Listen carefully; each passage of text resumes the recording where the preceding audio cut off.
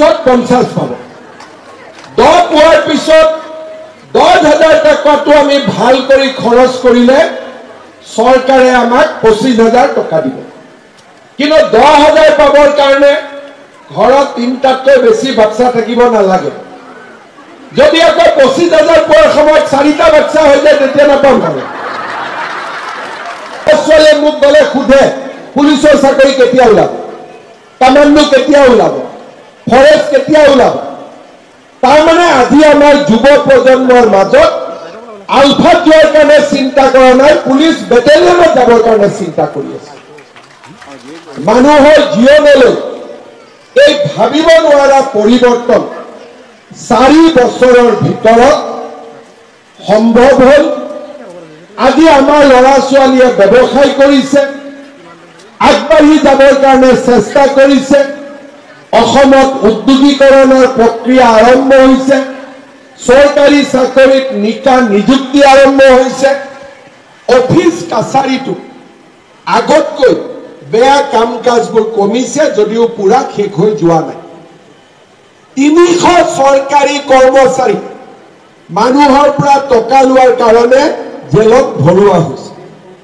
আজি মানুহৰ মনত ভয় হৈছে আগতে নগদ টকাৰ ঘোষ লৈছিল এতিয়া জিপে দি ঘোষ লয় যেনে চৰকাৰে গম নাপায় কিন্তু জিপেটো ঘোষ ললে কেনেকৈ ধৰিব পাৰি তাকো আমি বুজি পাওঁ তাৰো ব্যৱস্থা কৰিছো অসমখনৰ পৰিৱৰ্তন প্ৰত্যেক দিনাই হৈছে দুখীয়া আৰু নিম্ন মধ্যবিত্ত এই মানুহখিনি আমি কেনেকৈ সকাহ দিব পাৰোঁ 1250 টকা অৰুণোদয় হ'ল বিনামূলীয়া চাউল হ'ল বিনামূলীয়া চিকিৎসা হ'ল বিনামূলীয়া কলেজত এডমিশ্যন হ'ল এতিয়া 1 অক্টোবৰৰ পৰা আমি ৰেচনৰ দোকানত দালি নিমখ আৰু চেনিও কম দামত দিয়া আৰম্ভ কৰিম যাতে আমাৰ ৰাইজৰ কষ্ট কমি যায় বজাৰতকৈ চেনি 30 টকা কম দামত পাম বজাৰত যদি দালি 90 টকা ৰেচনৰ কাৰ্ডত আমি 60 টকাত পাম চাউল হ'ল দালি হ'ল নিমখ হ'ল চেনি হ'ল আৰু কি বাকি থাকিলে মিঠাতেল আৰু এটা বস্তু বাকি থাকিলে এইটো হ'ল গেছৰ চিলিণ্ডাৰ এটা গেছৰ চিলিণ্ডাৰত 950 টকা দিব লাগে লগত এজেন্টে আৰু 50 টকা ললে 1000-1500 টকা দিব লাগে 1 অক্টোবৰৰ পৰা মই আপোনালোকক গেছ 650 টকা দিম এইটো কথা মই আপোনালোকক জনাই দিম আৰু উজ্জ্বলা গেছৰ কাৰ্ড আছে যাৰ উজ্জ্বলা গেছৰ কাৰ্ড আছে তেওঁলোকৰ গেছ মই 250 টকা আজি নিম্ন মধ্যবিত্ত আৰু দুখীয়া পৰিয়াল কেনেকৈ সকাহ পাইছে বোলে ঘৰত 1250 টকা অৰুণোদয় আহিছে ল'ৰা 3টা কলেজত এডমিশ্যন দিব 30,000 টকা লাগে তাৰ দায়িত্ব চৰকাৰে লৈছে বোলে ছোৱালীজনী কলেজত পঢ়ে বাপেকে দায়িত্ব ল'বলগীয়া হোৱা নাই দায়িত্ব নিযুত মইনা আঁচনিৰ জৰিয়তে মামাই লৈছে তাৰমানে বাপেকৰ কষ্ট কমিছে চাউল কিনিব নালাগে বাপেকৰ কষ্ট কমিছে অৰুণোদয় পাইছে ঘৰখন ভাল হৈছে আৰু এতিয়া মহিলাসকলে 10,000টো জুন মাহত পাই যাব আৰু 10,000ৰ পিছত 25 পাব 25ৰ পিছত 50 পাব 10 পোৱাৰ পিছত 10,000 টকাটো আমি ভাল কৰি খৰচ কৰিলে চৰকাৰে আমাক 25,000 টকা দিব কিন্তু 10,000 পাবৰ কাৰণে ঘৰত 3টাতকৈ বেছি বাচ্চা থাকিব নালাগে যদি আকৌ 25,000 পোৱাৰ সময়ত 4টা বাচ্চা হৈ যায় তেতিয়া নাপাম মানে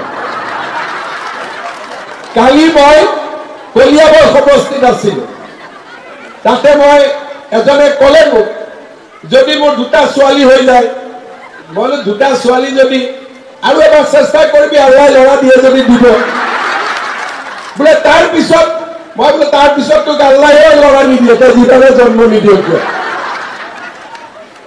তেওঁলোকৰ গাঁৱত 10-12টা জন্ম হৈ যায়। এতিয়া মই মহিলাখিনিক সংগঠিত কৰি আছো যাতে 3টাতকৈ কোনেও জন্ম নিদিয়ে। আগতে 8 বছৰ 9 বছৰ 12 বছৰ তাতে ছোৱালীক বিয়া দিছিল। এতিয়া ছোৱালীক 16 বছৰৰ তলত বিয়া দিলে মই জেলত ভৰাই দিম।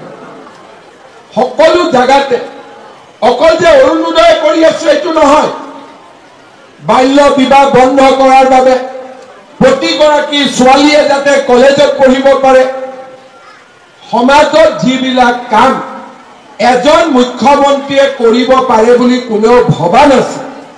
বাল্য বিবাহৰ লগত মুখ্যমন্ত্ৰীৰ কি কাম? এইবিলাকতো সমাজ সংস্কাৰৰ কাম। মই বোলো নহয়, এইটো মোৰ কাম। এতিয়ালৈকে প্ৰত্যেক বছৰ 5,000 ল'ৰা ছোৱালীক 5,000 মাক দেউতাকক জেলত ভৰাই দিওঁ যাতে আল্লাহ নামত আৰু বাচ্চা জন্ম দিব নোৱাৰে। এই কামবিলাক কোনে কৰিছে?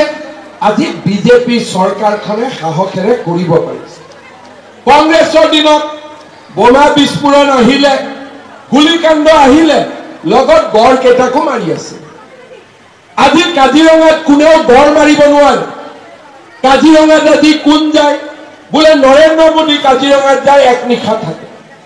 বোলে ৰাষ্ট্ৰপতি কাজিৰঙাত যায়, 1 নিশা থাকে। ভূটানৰ ৰজা যায় কাজিৰঙাত, 1 নিশা থাকে। আজি আমি অসমৰ পৰিৱেশ যোৱা 4টা বছৰৰ ভিতৰত ভাবিব নোৱাৰাকৈ পৰিৱৰ্তন হ'ল। আমাৰ বিহুৱে বিশ্ব ৰেকৰ্ড কৰিলে, ঝুমুৰ বিশ্ব মঞ্চত গ'ল, অসমীয়া ভাষা ধ্ৰুপদী ভাষাৰ মৰ্যাদা পালে।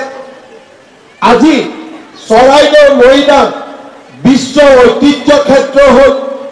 লাচিতৰ জন্ম জয়ন্তীত লাচিতৰ সূৰ্য বীৰ্য পৃথিৱীৰ মানুহ পৰিচিত হ'ল। এই গোটেই কামবিলাক মাত্ৰ 4টা বছৰৰ ভিতৰত। কোনোবা ল'ৰা ছোৱালীয়ে চৰকাৰী কাম কৰে, দেউতাক মাকক নাচায়, দেউতাক মাকে অভিযোগ দিলেই ল'ৰা ছোৱালীৰ দৰমহাৰ পৰা 15% কাটি দেউতাক মাকক দিয়াৰ ব্যৱস্থা।